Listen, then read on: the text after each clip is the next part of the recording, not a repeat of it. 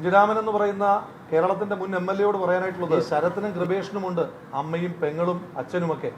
ആ അമ്മയും പെങ്ങളും അച്ഛനുമൊക്കെ കഴിഞ്ഞ 6 വർഷക്കാലമായി അവരുടെ കുടുംബത്തിന്റെ ഒരു നാടിന്റെ താങ്ങായ ചെറുപ്പക്കാര് അതിദാരുണമായി അകാരണമായി കൊല്ലപ്പെട്ടതിന്റെ പ്രയാസത്തിലാണ്. അതിനേക്കാൾ വലിയ വിഷമമൊന്നും കുഞ്ഞിരാമന്റെ കുടുംബത്തിന് ഉണ്ടാകുന്നില്ല. ആ വിഷമം കുഞ്ഞിരാമന്റെ കുടുംബം അങ്ങ് സഹിച്ചാൽ മതി. അവസാനത്തെ വാതിൽ വരെ എത്തിയെന്നുള്ള അഭിപ്രായം നമുക്ക് ആർക്കുമില്ലല്ലോ. ഇതിനകത്തൊക്കെ ഒരു കാര്യം ആലോചിച്ചു, ഈ കൊലപാതകമെല്ലാം ഒരേ സ്വഭാവത്തിലല്ലേ നടക്കുന്നത്? ആളുകൾ മാത്രമല്ലേ മാറുന്നുള്ളൂ. TP എങ്ങനെയാണ് കൊല്ലപ്പെടുന്നത്? TP കൊല്ലപ്പെടുന്ന മാതൃകയിൽ തന്നെയല്ലേ ശരത്ലാലും കൃപേഷും കൊല്ലപ്പെടുന്നത്?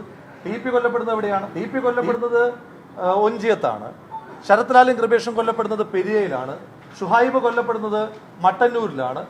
ഷുക്കൂർ കൊല്ലപ്പെടുന്നത് കണ്ണൂരിലാണ്. ഈ സ്ഥലങ്ങൾ മാറുമ്പോഴും കൊലപാതകത്തിന്റെ സ്വഭാവവും അത് എക്സിക്യൂട്ട് ചെയ്യുന്ന വിധവും അതിനകത്തെ കോൺസ്പിറസിയും അതിനകത്ത് പ്രതികൾ സംരക്ഷിക്കപ്പെടുന്ന